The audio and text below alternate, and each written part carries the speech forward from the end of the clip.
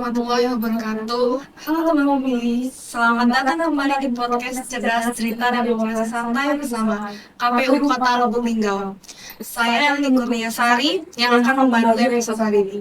Di episode hari ini, kita akan membahas peran penting pendidikan pemilih, partisipasi masyarakat, dan penguatan SDM dalam mensukseskan pemilu. Telah hadir bersama kita anggota KPU Divisi Sosdikli SDM dan Parmas Bapak Andre Avandi yang akan berbagi cerita, pengalaman, strategis dalam membangun pemilih yang cerdas dan berdaulat. Terima kasih Bapak karena sudah meluangkan waktunya untuk datang ke podcast kita pada hari ini. Terima kasih sudah diundang untuk mengisi podcast hari ini. Sebelum kita mulai membahas lebih lanjut tentang divisi Sosdikli SDM dan Parmas, mungkin Bapak bisa ceritakan sedikit biografi Bapak dan pengalaman Bapak mulai dari sebelum menjadi anggota KPU Kota Lubuk Linggau hingga menjadi anggota KPU Kota Lubuk Linggau, Pak. Baik, terima kasih. Nama saya Andre Avandi. Saya sebagai anggota KPU Divisi Sosdikli SDM dan Parmas. Untuk pengalaman kepemiluan, saya mulai menjadi penyelenggara pemilu ini di tahun 2008 sebagai anggota KPPS. Artinya itu di tingkatan paling bawah dalam badan penyelenggara pemilu di tingkatan KPPS. Selanjutnya pada tahun 2014 saya terpilih menjadi anggota Panwascap di Kecamatan Lubuk Linggau Barat 2.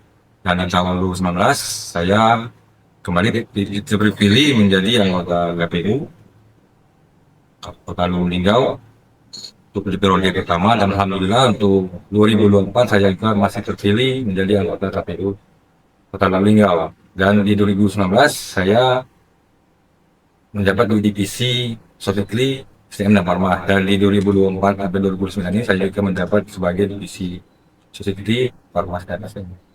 Berarti memang Bapak ini udah lama banget tertarik di dunia kepemiluan ini ya Pak ya. Saat ini kan Bapak menjabat sebagai anggota KPU di divisi Sosdikli SDM dan Parmas nih Pak. Mungkin Bapak bisa dijelasin nggak sih Pak divisi ini tentang apa?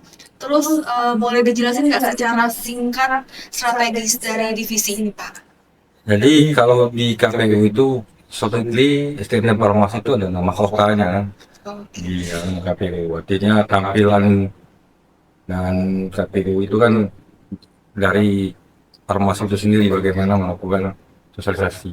Jadi Sosdikli itu adalah sosialisasi pendidikan pemilih, sumber daya masyarakat dan partisipasi masyarakat. Untuk sosialisasi itu kami bertugas untuk melakukan sosialisasi atau memberikan informasi baik terkait kegiatan ataupun aturan-aturan yang dikeluarkan oleh KPU. Sedangkan partisipasi masyarakat atau pendidikan pemilih, bagaimana kami KPU memberikan edukasi tentang demokrasi ataupun politik kepada masyarakat, baik non tahapan ataupun pada saat tahapan pemilu. Sedangkan SDM, bagaimana kami divisi SDM Parmas ini melakukan rekrutmen ataupun melakukan pembinaan teman-teman badan ad hoc yang nanti dibentuk pada saat tahapan pemilu. Sedangkan partisipasi masyarakat, bagaimana dalam upaya kami di awal tadi sosialisasi pendidikan itu untuk meningkatkan partisipasi masyarakat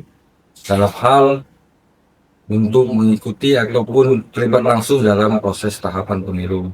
Jadi partisipasi ini bukan hanya memilih dalam ataupun mencoba pada saat di dalam TPS, tapi juga partisipasi bisa juga diikuti dalam kegiatan-kegiatan KPU atau mungkin ikut dari badan ad hoc ataupun ikut dalam melakukan pengawasan pemilu, itu bagian dari partisipasi.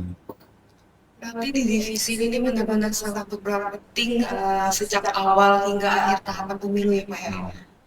Oke. Nah, seperti apa sih Pak bentuk sosialisasi yang dilakukan KPU Kota Lubuk Linggau dalam pendidikan pemilih gitu Pak?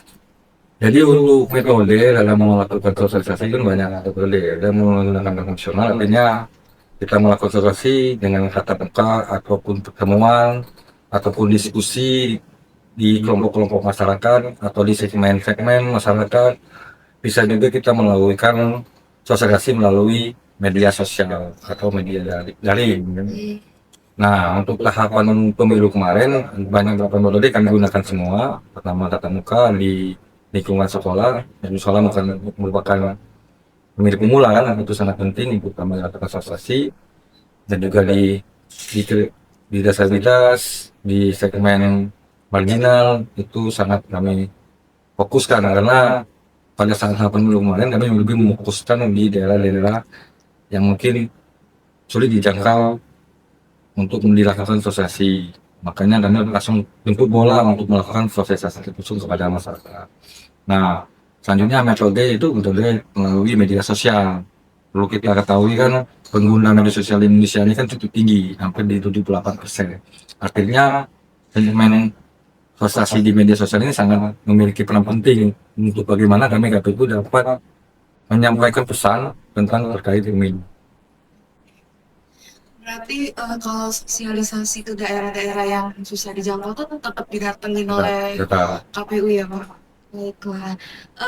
Di sini kan berdasarkan data yang ada nih Pak, tingkat partisipasi masyarakat di Kota Lubuk Linggau pada Pilkada tahun 2024 itu sebesar 79,61%,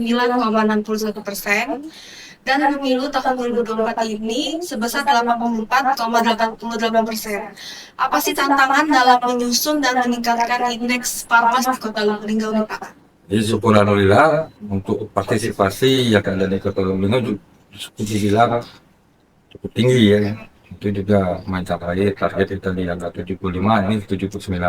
Untuk ke depan kita harapkan ada lebih peningkatan lagi. Kalau untuk strategi sebenarnya ini bukan kerja keras KPU saja kan, tapi semua pihak stakeholder juga terlibat. Bagaimana mensosialisasikan pemilu ini kepada masyarakat. Tentu peserta politik juga memiliki peran bagaimana dia memberikan sosialisasi kepada konstituennya. Dan KPU juga melalui beberapa segmen yang kami lakukan sosialisasi dan metode, akhirnya kita bisa mencapai angka yang cukup baik dalam partisipasi masyarakat. Oke, berarti memang untuk indeksnya itu selalu naik ya Pak? Ya, kalau misalnya kira-kira nih Pak, berapa persentase nih yang ingin dicapai di pilkada dan pemilu selanjutnya, dan strategis apa yang akan dilakukan untuk meningkatkan persentasenya itu? Tentu kita akan melihat dulu perkembangan zaman. Bagaimana sekarang ini kan teknologi itu sangat canggih untuk melakukan sosialisasi. Untuk angka sendiri kan mungkin ini sudah sampai di 79 untuk pilkada. Tentunya ini kita akan kejar untuk lebih akan 80%. Tentu ini akan menjadi PR untuk KPU sendiri untuk ke depan bagaimana angka ini kan bisa terwujud. Tentu tidak lepas dari koordinasi dengan komunikasi dengan baik stakeholder maupun dengan tokoh masyarakat yang ada di daerah-daerah kan. Nah, sedangkan untuk strateginya apa nanti kan kita tunggu juga nih, karena nanti mungkin ada regulasi terkait pemilu ke depan. Kita beralih ke SDM nih Pak ya. Apa sih fokus utama dari divisi SDM di KPU ini? Terus seberapa penting kualitas SDM dalam penyelenggaraan pemilu nih Pak? Jadi SDM ini KPU kan membentuk pada saat tahun pemilu itu membentuk badan ad hoc untuk terdiri KPK, PPS, KPPS nantinya. Nah, sangat penting karena ini di tingkatan bawah itu terutama KPPS itu bukan uji coba dari suksesnya pemilu. Kita bisa tolak ukur sukses pemilu itu bagaimana kita membentuk SDM ini dengan baik. Tentu dalam pembentukan ini KPU melakukan dengan secara profesional, transparan agar dapat menghasilkan SDM yang berkualitas yang memiliki integritas. Tentu dalam sebuah kegiatan pemilu ini kalau ingin pemilu itu damai, berjalan dengan lancar, tentu SDM yang ada di KPU juga harus punya integritas.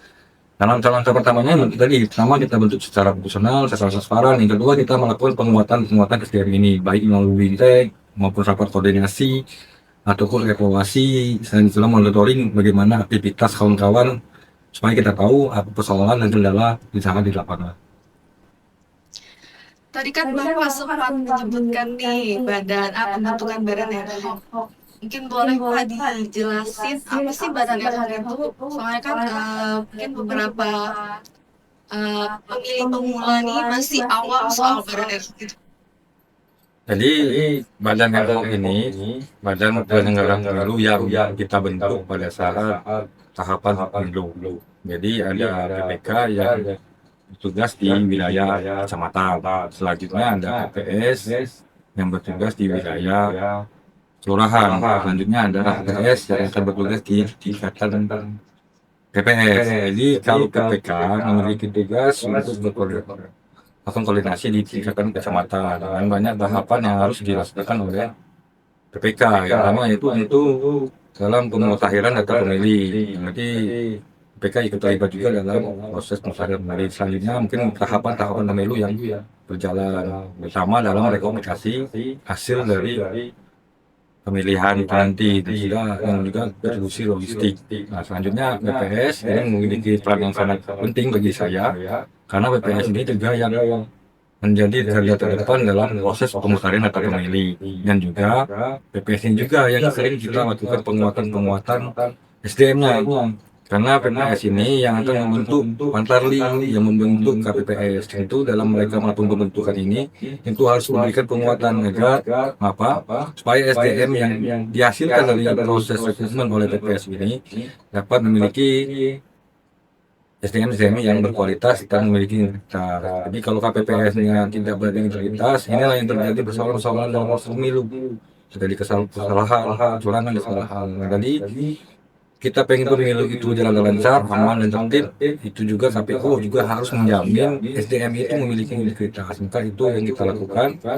Maka dalam proses rekrutmen KPU, baik KPPS melakukan seleksi secara proporsional, secara transparan agar masyarakat dapat melihat dapat mengikuti bagaimana kami membentuk PPS ini, badan ad hoc ini sesuai memiliki integritas.